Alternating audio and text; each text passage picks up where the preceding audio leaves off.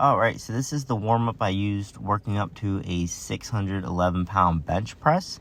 Now, the target of the workout was really to ready the hips and also ready the neck area, because I did have a strain in my upper back neck that was pretty bad prior to this. And then I also experienced some hip pain when benching, especially with the stance I use, because it forces a lot of internal rotation. So you want to prep these areas. Lower body is just as important to prep as the upper.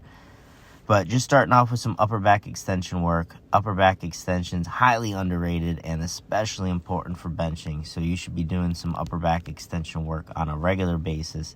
And you'll see some exercises in here for that. So I used the foam roller, and then I used the peanut ball to just get more targeted with that upper back extension.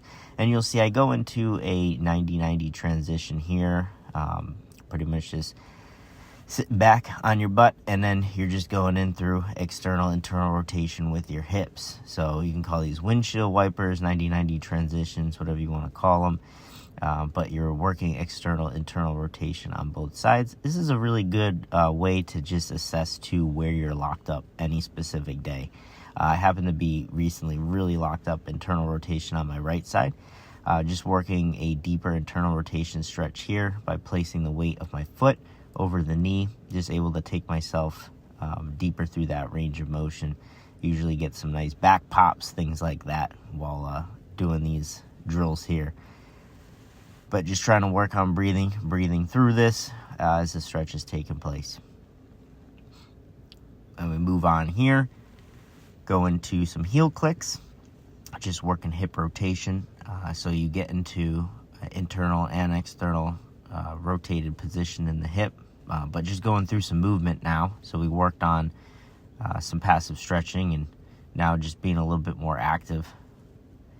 Then getting into a shinbox position, the 90-90 position, and just working. This is a favorite of mine. This is a forward lean in that 90-90 position. So my right leg's in external rotation, my left is in internal, and you can see them lifting off that back foot. So not only am I leaning forward, really stressing external rotation on my right side, but I'm also trying to lift my foot off the ground as I'm falling forward on my left side. So I'm really actively driving into that internal rotation, and it's an active range of motion. I'm not just passively stretching into it.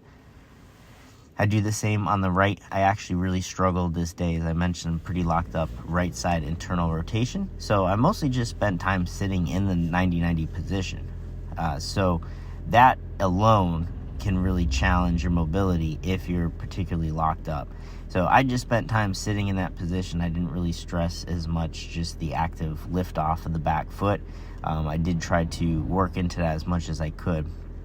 And the hips felt amazing that particular bench session as well from doing these drills beforehand. This is another favorite of mine. This is a banded shoulder routine. Very simplified. I don't go through everything, but this is something that I took from Donnie Thompson. And it's just a great banded distraction on the shoulder. Just working through circumduction here at the shoulder. Trying to get a full range of motion. Punching the elbow forward, rotating around, trying to draw a big circle.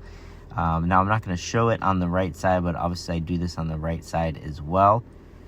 And here, you can call this a banded bully, just going into internal rotation, which is primarily what you want from your shoulders when you bench. You need to have that internal rotation. We don't need necessarily external rotation mobility, but we do need internal rotation, or we're going to run into issues with dumping the bar and things like that. Now going into some neck stretch, I like to just stand on a heavy band. Place my arm in internal rotation just to further the stretch. You see, trying to tack my ribs down so I'm not extending. And then you'll see I just passively pull my head over to the side just to get a deeper stretch there through the traps. And this just feels good. This is a really good position to be in here. So I'm just going to try to continue to open up the traps. This area gets very tight for me. It's something I wanted to address big time before this bench session, since I've been dealing with some real bad neck pain that's been holding me back. So this is a big one that I like to keep in there regularly. And then you'll also see I'm going to go into a movement here, which our team PT, Matt Huey, was demonstrating for the team. And this is pretty much just going into retraction of the chin, and then you're going to tuck back into extension. So I'm retracting my chin, pretty much trying to make a big double chin, and then I am extending the head back. And this is something I've been implementing just throughout the day as well. So if you find yourself often getting into a slumped over position with your upper back, typing at a keyboard, just sitting in general, chilling on the couch, all these things, even driving, usually are in that kind of rounded upper back position. And this really helps just stress that upper back extension, like I said. And this has been not only something I'm doing before bench now, but also something I'm just trying to implement into a daily routine. So there you have it.